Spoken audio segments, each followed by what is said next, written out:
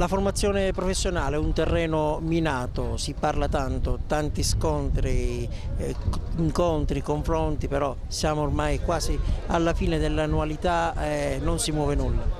Oltre all'oggi non si vede niente, sulla linea dell'orizzonte non c'è niente, per il futuro non c'è niente, sono solo chiacchiere, proclami, annunci da parte dell'assessore Bonafede e dell'assessore Scilabra e del Presidente della Regione, che continuano a fare annunci, anche ieri sul giornale annunci enormi, ma ancora non c'è niente. Sappiamo solo una cosa, che giorno 6 scade la prima annualità dell'avviso 20 e ancora non c'è nulla per l'avviso 20.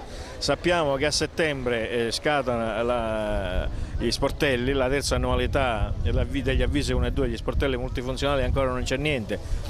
Per l'OEF non c'è niente neanche, non c'è niente per tutta, diciamo così, il comparto della formazione professionale. C'è grande preoccupazione per il futuro? Sì, tantissima preoccupazione. Tra l'altro il governo regionale non fa altro che fare tante promesse di non macelleria sociale, ma tutt'oggi viviamo una sorta di macelleria sociale. Sfido chiunque a stare diversi mesi senza stipendio e continuare a lavorare. E per diversi mesi intendo 6, 7, 8, 9, 10, 11 mesi senza retribuzione. Manca lo stipendio, ma soprattutto non c'è prospettiva. Perfetto, manca lo stipendio e manca il futuro. Ci sono solamente dei proclami dove lui si impegna a dare prosecuzione, ma di fatto per iscritto non mette proprio nulla.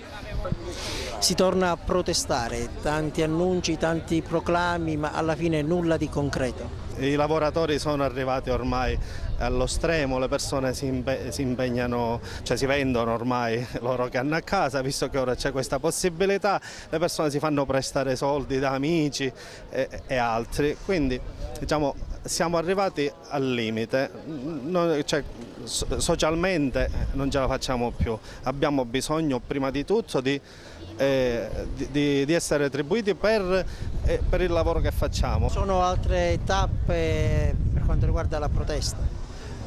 Allora, dopo oggi ci sarà un altro sit-in vicino ai centri per l'impiego di tutta l'isola e poi, se non dovesse sortire la nostra protesta, quella fino ad ora portata avanti, effetti, si tornerà allo sciopero generale della formazione.